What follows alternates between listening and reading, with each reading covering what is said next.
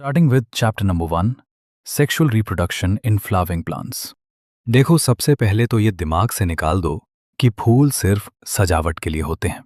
NCERT साफ कहती है कि फ्लावर्स मॉर्फोलॉजिकल और एम्ब्रियोलॉजिकल मार्वल्स हैं। मतलब ये प्लांट का वो इंजीनियरिंग कमाल है जहां सेक्सुअल रिप्रोडक्शन की पूरी प्लानिंग होती है। फूल खिलने से बहुत पहले ही प्लांट के अंदर हार्मोनल और स्ट्रक्चरल चेंजेस शुरू हो चुके होते हैं जो फ्लोरल प्रिमोर्डियम बनाते हैं, यानी फूल का वो शुरुआती ढांचा जो आगे चलकर एक पूरा फ्लावर बनेगा। अब सीधा पॉइंट पर आते हैं, मेल रिप्रोडक्टिव पार्ट यानी स्टेमन। एनसीईआरटी कहती है कि एक टिपिकल स्टेमन के दो पार्ट्स हैं, वो लंबा डंडा जिसे हम फिलामेंट कहते हैं और ऊपर का बाइलॉब्ड हिस्सा जिसे एंथर कहते हैं। इस एंथर को ध्यान से देखो, ये बाइलॉब्ड है और हर लोब के अंदर दो दिका होते हैं, इसीलिए इसे डाइथिकोस कहा जाता है।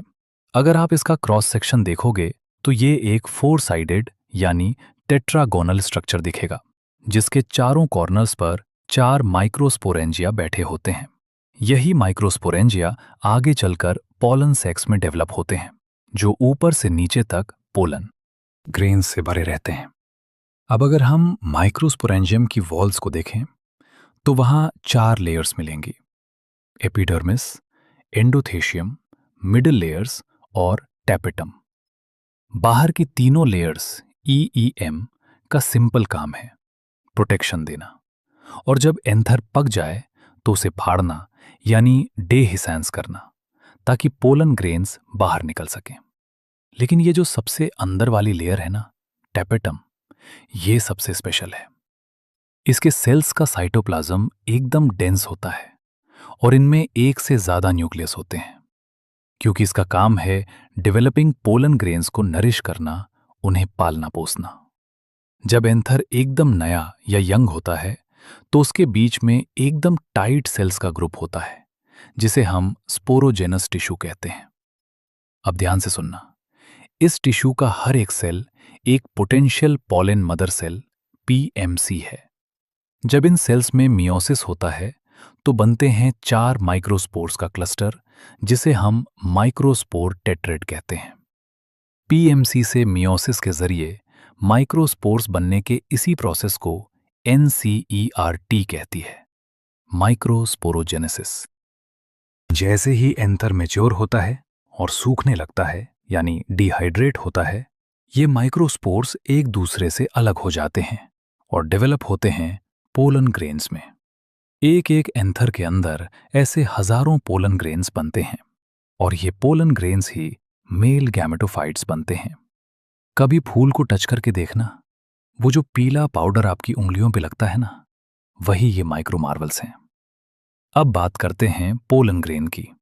एनसीईआरटी कहती है कि ये जनरली स्फेरिकल होते हैं, जिनका डायामीटर 25 से 50 माइक्रोमीटर्स होता है। इनकी वॉल दो लेयर्स की बनी होती है। बाहर वाली लेयर है एक्साइन, जो दुनिया के सबसे ज्यादा रेजिस्टेंट ऑर्गेनिक मटेरियल स्पोरोपोलिनिन से बनी है। इस पर ना तो हाई टेम्परेचर का असर होता है, ना स्ट्रॉन्ग एसिड्स का, और ना ही किसी एंजाइम का। इसी वजह से पोलन ग्रेन्स को हजारों सालों तक फॉसिल्स की तरह स्टोर करके रख सकते हैं। लेकिन एक्साइन में कहीं कहीं पर छोटे होल्स होते हैं जिन्हें जर्म पोर्स कहते हैं, क्योंकि वहां स्पोरोपोलिनिन एब्सेंट होता है। अंदर वाली लेयर को कहते हैं एंटाइन, जो पतली, कॉन्टिन्यूअस और सेल्यूलोस और पेक्टिन से बनी होती है। जब पोलन ग्रेन मैच्योर होता है तो उसमें दो सेल्स होते हैं, एक बड़ा वेजिटेटिव सेल जिसमें खूब सारा फूड रिजर्व और एक बड़ा इररेगुलरली शेप्ड न्यूक्लियस होता है, और एक छोटा जेनरेटिव सेल जो वेजिटेटिव सेल के साइटोप्लाज्म में तैरता रहता है। ये जेनरेटिव सेल स्पिंडल शेप्ड होता है। 60% एंजियोस्पर्म्स में पोलन इसी टू सेल स्टेज पर झड़ते हैं। बाकी 40% में जेनरेटिव सेल डिवाइड होकर दो मेल गैमेट्स बनाता है, जिसे हम 3 सेल स्टेज कहते हैं। पर ध्यान रखना, पोलन ग्रेन्स हमेशा अच्छे नहीं होते। पार्थीनियम, कैरेट ग्रास जैसे प्लांट से कई लोगों को अस्थमा और ब्रोंकाइटिस जैसी एलर्जी हो जाती है। लेकिन दूसरी तरफ पोलन ग्रेन्स न्यूट्रिएंट से भरपूर होते हैं, इसलिए वेस्टर्न कंट्रीज में इनकी टैबलेट्स और सिरप्स बनाए जाते हैं ताकि एथलीट्स और रेस हॉर्स की परफॉर्मेंस बढ़ाई जा सके। एक बार पोलन झड़ गया तो फर्टिलाइजेशन के लिए उसे सही टाइम पर स्टिग्मा पर पहुंचना होगा। इस जिंदा रहने की लिमिट को वायबिलिटी कहते हैं। राइस और वीट में ये सिर्फ 30 मिनट होती है, पर रोजेसी और सोलेनेसी फैमिलीज में ये महीनों तक रह सकती है। हम चाहें तो पोलन ग्रेन्स को -196 डिग्री सेल्सियस पर लिक्विड नाइट्रोजन में सालों तक स्टोर कर सकते हैं, जिसे पोलन बैंक्स कहते हैं। अब शुरू होता है फीमेल पार्ट यानी गाइनोसियम। एक सिंगल पिस्टल को मोनोकार्पेलरी और एक से ज्यादा को मल्टी कार्पेलरी कहते हैं। अगर ये पिस्टल्स आपस में जुड़े हों, फ्यूज्ड, तो सिंकर्पस, और अगर फ्री हों तो एपोकार्पस। जैसे आप फ्री हो तो एपोकार्पस में आप आ रहा है, तो आप से याद रखना एपोकार्पस फ्री और सिनकार्पस फ्यूज्ड। हर पिस्टल के 3 पार्ट्स हैं। ऊपर का लैंडिंग प्लेटफॉर्म यानी स्टिग्मा, लंबा डंडा यानी स्टाइल, और नीचे का फूला हुआ पार्ट ओवरी। ओवरी के अंदर होती है ओवेरियन कैविटी लोकुल, जहां प्लेसेंटा होता है। प्लेसेंटा से निकलते हैं मेगास्पोरैंगिया, जिन्हें हम ओव्यूल्स कहते हैं। ओवरी में ओव्यूल एक भी हो सकता है, वीट, पैडी, मैंगो और बहुत सारे भी, पपीता, वाटरमेलन, ऑर्किड्स। ओव्यूल प्लेसेंटा से एक डंडी के जरिए जुड़ा होता है, जिसे फ्यूनिकल कहते हैं। वापस ध्यान दो, ओव्यूल प्लेसेंटा से जुड़ा होता है किसके थ्रू? फ्यूनिकल के थ्रू। और जिस रीजन में ओव्यूल और फ्यूनिकल मिलते हैं, उस रीजन को हाइलम कहते हैं। ओव्यूल के पास 2 प्रोटेक्टिव लेयर्स होती हैं, जिन्हें इंटेगमेंट्स कहते हैं, जो पूरे न्यूसेलस को घेर लेती हैं, सिवाय एक छोटे से होल के, जिसे माइक्रोपाइल कहते हैं। माइक्रोपाइल के एकदम ऑपोजिट साइड को चेल्जा कहते हैं, जो ओव्यूल का बेसल पार्ट है। इंटेग्यूमेंट्स के अंदर सेल्स का एक मास होता है, जिसे न्यूसेलस कहते हैं। न्यूसेलस के अंदर होता है एम्ब्रियोसैक, फीमेल गैमेटोफाइट। अब प्रोसेस देखो। न्यूसेलस का एक सेल माइक्रोपाइलर एंड वाला मेगास्पोर मदर सेल एमएमसी बन जाता है। इस एमएमसी में मियोसिस होता है और बनते हैं 4 मेगास्पोर्स। इसी प्रोसेस को हम कहते हैं मेगास्पोरोजेनेसिस।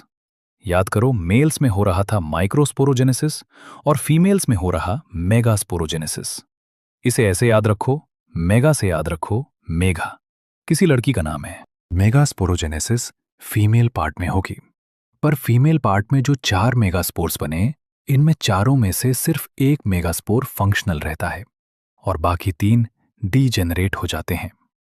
इसी एक फंक्शनल मेगास्पोर से एम्ब्रियो सैक बनने को मोनोस्पोरिक डेवलपमेंट कहते हैं।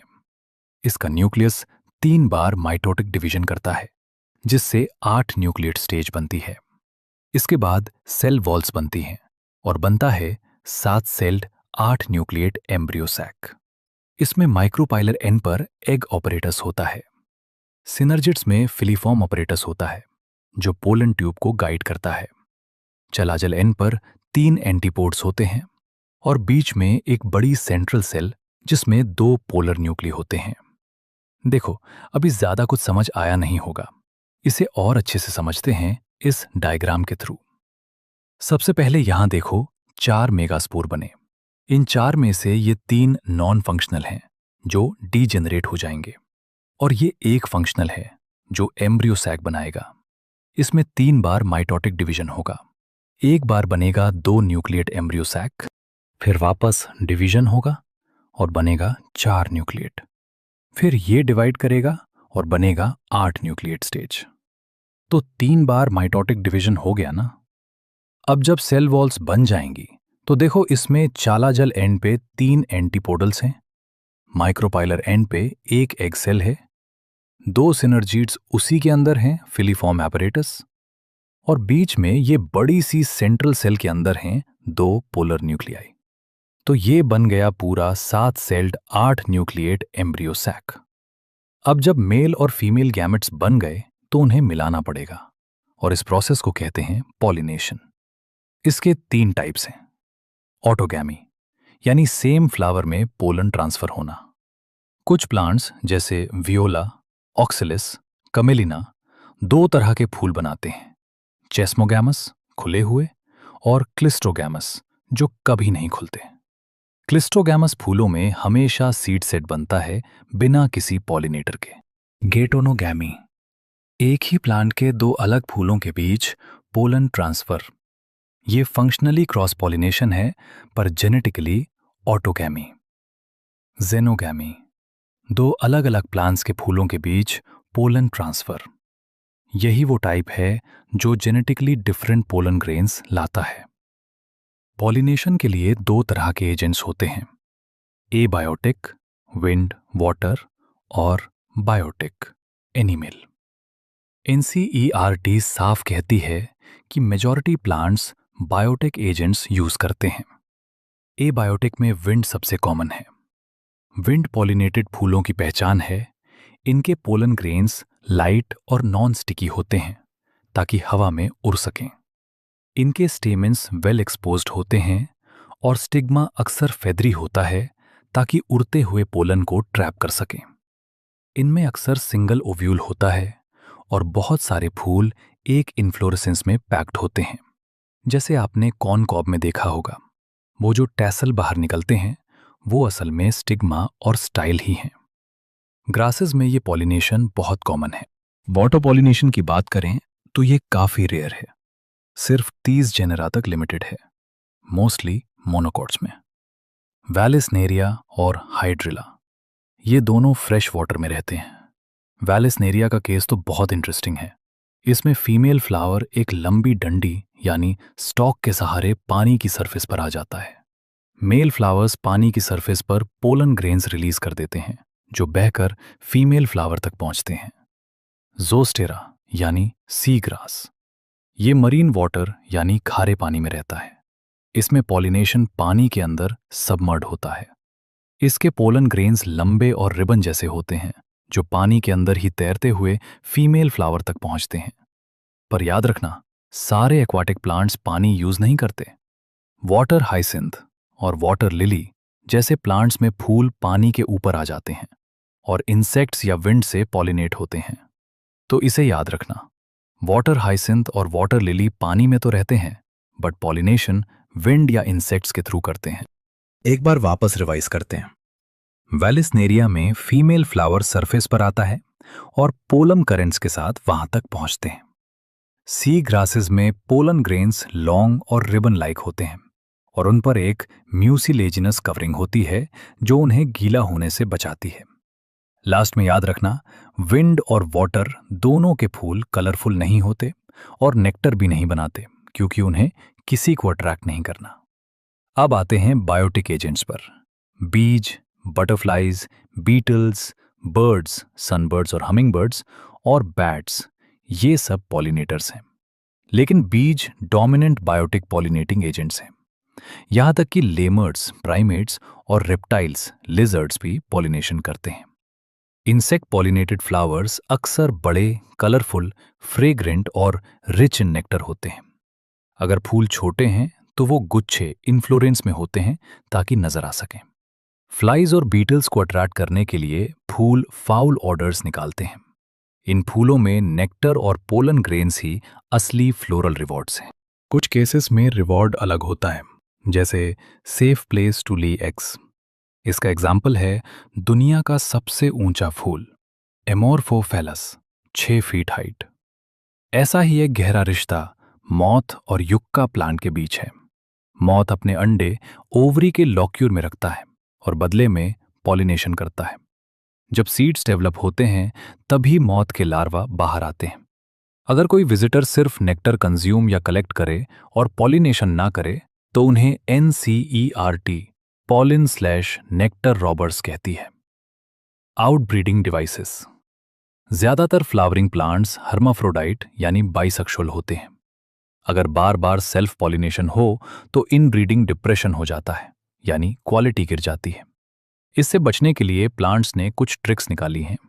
पॉलन रिलीज और स्टिग्मा रिसेप्टिविटी का टाइम अलग अलग रखना, एंथर और स्टिग्मा की पोजीशन अलग अलग रखना ताकि सेल्फ पॉलन ना पहुंच सके। सेल्फ इनकम्पैटिबिलिटी, ये एक जेनेटिक मैकेनिज्म है जिससे प्लांट अपने ही पोलन को जर्मिनेट होने से रोक देता है। यूनिसेक्सुअल फ्लावर्स, अगर प्लांट मोनोआइशियस है जैसे केस्टर, मेज, तो ऑटोगैमी तो रुक जाएगी, पर गीटोनोगैमी नहीं। पर अगर प्लांट डाइआइशियस है, जैसे पपीता, जहां मेल और फीमेल प्लांट्स ही अलग हैं, तो वहां ऑटोगैमी और गीटोनोगैमी दोनों रुक जाती हैं। पॉलन पिसल इंटरैक्शन। पॉलिनेशन का मतलब ये नहीं कि फर्टिलाइजेशन पक्का है। पिस्टल के पास ये कैपेबिलिटी होती है कि वो रिकग्नाइज कर सके कि पोलन सही टाइप का है या गलत टाइप का है। अगर पोलन सही है तो वो जर्मिनेट होता है और पोलन ट्यूब बनाता है, जो स्टाइल से होते हुए ओवरी तक जाती है। ये पूरा इवेंट पोलन लैंडिंग से लेकर पोलन ट्यूब के ओव्यूल में घुसने तक ही पोलन पिस्टल इंटरैक्शन कहलाता है। पोलन ट्यूब अब ओवरी में पहुंच चुकी है। एनसीईआरटी कहती है कि पोलन ट्यूब ओव्यूल के अंदर माइक्रोपाइल के रास्ते एंटर करती है और फिर किसी एक सिनर्जिड में घुसती है। सिनर्जिड का फिलीफॉर्म एपरेटस उसे रास्ता दिखाता है। अब होता है असली धमाका। पोलन ट्यूब सिनर्जिड के साइटोप्लाज्म में 2 मेल गैमेट्स रिलीज कर देती हैं। अब आता है डबल फर्टिलाइजेशन। यहां 2 तरह के फ्यूजन होते हैं, इसीलिए इसे डबल फर्टिलाइजेशन कहते हैं। पहला सिंगामी। एक मेल गैमेट एक्स सेल के पास जाता है और उसके न्यूक्लियस से फ्यूज होकर एक डिप्लॉइड सेल बनाता है। Zygote 2n। यही आगे चलकर एम्ब्रियो बनेगा। दूसरा ट्रिपल फ्यूजन। दूसरा मेल गैमेट सेंट्रल सेल में मौजूद 2 पोलर न्यूक्लियाई के पास जाता है और उनसे फ्यूज होकर एक triploid primary endosperm nucleus PEN बनाता है। क्योंकि यहां 3 हैप्लॉइड न्यूक्लियाई मिल रहे हैं, इसे ट्रिपल फ्यूजन कहते हैं। सेंट्रल सेल अब बन जाती है प्राइमरी एंडोस्पर्म सेल PEC, जो आगे चलकर एंडोस्पर्म बनाएगी। ये इवेंट सिर्फ फ्लावरिंग प्लांट्स एंजियोस्पर्म्स में ही होता है। अब आता है post fertilization. Structures and events. Fertilization के बाद 4 बड़े काम होते हैं: एंडोस्पर्म और एम्ब्रियो का डेवलपमेंट, ओव्यूल का सीड बनना और ओवरी का फ्रूट बनना। 1. एंडोस्पर्म। NCERT एक बहुत पते की बात पूछती है। एंडोस्पर्म पहले क्यों बनता है? क्योंकि एम्ब्रियो को बढ़ने के लिए खाना चाहिए और एंडोस्पर्म का काम ही है डेवलपिंग एम्ब्रियो को न्यूट्रिशन देना। PEC यानी प्राइमरी एंडोस्पर्म सेल बार बार डिवाइड होकर ट्रिप्लॉइड एंडोस्पर्म टिश्यू बनाती है। सबसे कॉमन टाइप है फ्री न्यूक्लियर एंडोस्पर्म, जहां न्यूक्लियस डिवाइड होता रहता है पर सेल वॉल तुरंत नहीं बनती, जैसे कच्चे नारियल का पानी। उसका सफेद वाला हिस्सा यानी कर्नल सेलुलर एंडोस्पर्म है। कुछ सीड्स में एम्ब्रियो एंडोस्पर्म को पूरा खा जाता है, for example pea, groundnut, beans. इसे याद रखने की ट्रिक है PUBG: P for pea, B for bean, G for groundnut. मगर कुछ में एंडोस्पर्म बचा रहता है, जैसे कैस्टर, कोकोनट, वीट, राइस, मेज। 2. एम्ब्रियो। एम्ब्रियो हमेशा माइक्रोपाइलर एंड पर बनता है, जहां जाइगोट होता है। शुरुआत में जाइगोट से प्रो एम्ब्रियो बनता है, फिर वो ग्लोबुलर, फिर हार्ट शेप्ड और लास्ट में मैच्योर एम्ब्रियो बन जाता है। Dicot embryo. इसमें एक एम्ब्रियोनल एक्सिस और 2 कॉटिलेडॉन्स होते हैं। एक्सिस का ऊपर वाला पार्ट एपिकोटाइल है, जो प्ल्यूम्यूल यानी शूट टिप पर खत्म होता है। नीचे वाला पार्ट हाइपोकोटाइल है, जो रेडिकल यानी रूट टिप पर खत्म होता है, और रूट टिप पर रूट कैप होती है। Monocot embryo. इसमें सिर्फ एक कॉटिलेडॉन होता है। ग्रास फैमिली में इसे स्क्यूटेलम कहते हैं, जो एक्सिस के एक साइड पर होता है।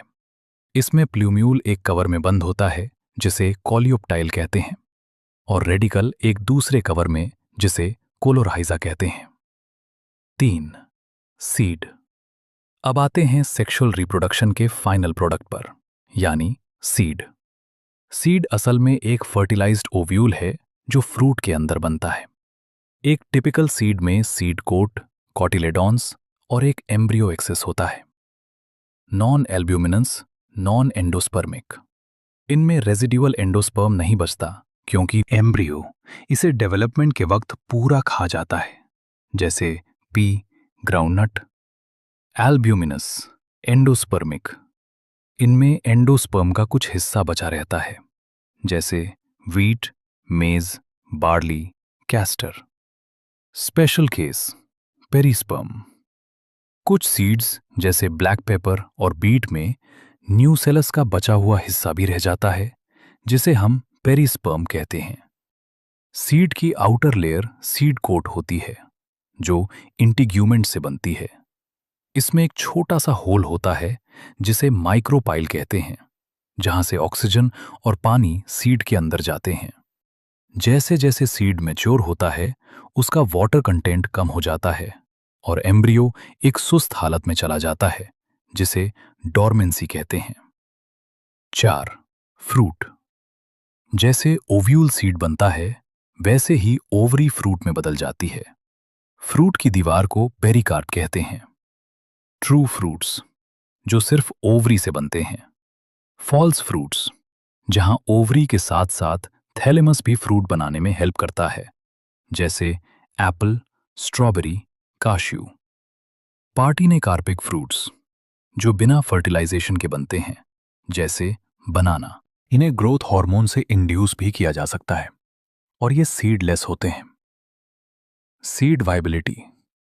कुछ सीड्स बहुत जल्दी वाइबिलिटी खो देते हैं, पर कुछ हजारों सालों तक वाइबल रहते हैं, जैसे lupin, lupinus arcticus. Arctic tundra से मिला, 10,000 साल बाद जर्मिनेट हुआ। Date palm, Phoenix dactylifera. King Herod के पैलेस के पास मिला, 2000 साल पुराना viable seed. Last topic, apomixis और पॉलीएम्ब्रियोनी। एपोमिक्सिस, ये एक ऐसी तकनीक है जहां प्लांट बिना फर्टिलाइजेशन के सीड बनाता है। ये सेक्सुअल रिप्रोडक्शन की नकल मिमिक्री करता है, पर होता एसेक्सुअल है। ये अक्सर एस्ट्रेसी और ग्रासेस में दिखता है। इसका फायदा ये है कि हाइब्रिड सीड्स हर साल खरीदने पड़ते हैं, क्योंकि उनके कैरेक्टर्स सेग्रीगेट हो जाते हैं। अगर हम हाइब्रिड सीड्स को एपोमिक्टिक बना दें, तो फार्मर को हर साल नए सीड्स खरीदने की जरूरत नहीं पड़ेगी और उनके कैरेक्टर्स मेंटेन रहेंगे। पॉली एम्ब्रियोनी, मतलब जब एक सीड में एक से ज्यादा एम्ब्रियो होते हैं, जैसे ऑरेंज, मैंगो। इसमें न्यू सेलर सेल्स डिवाइड होकर एम्ब्रियो सैक में घुस जाते हैं और एम्ब्रियो बनाते हैं। तो अब हमारा ये चैप्टर एकदम कंप्लीट हो चुका है। हमने हर एक सिंगल पॉइंट को कवर कर लिया है।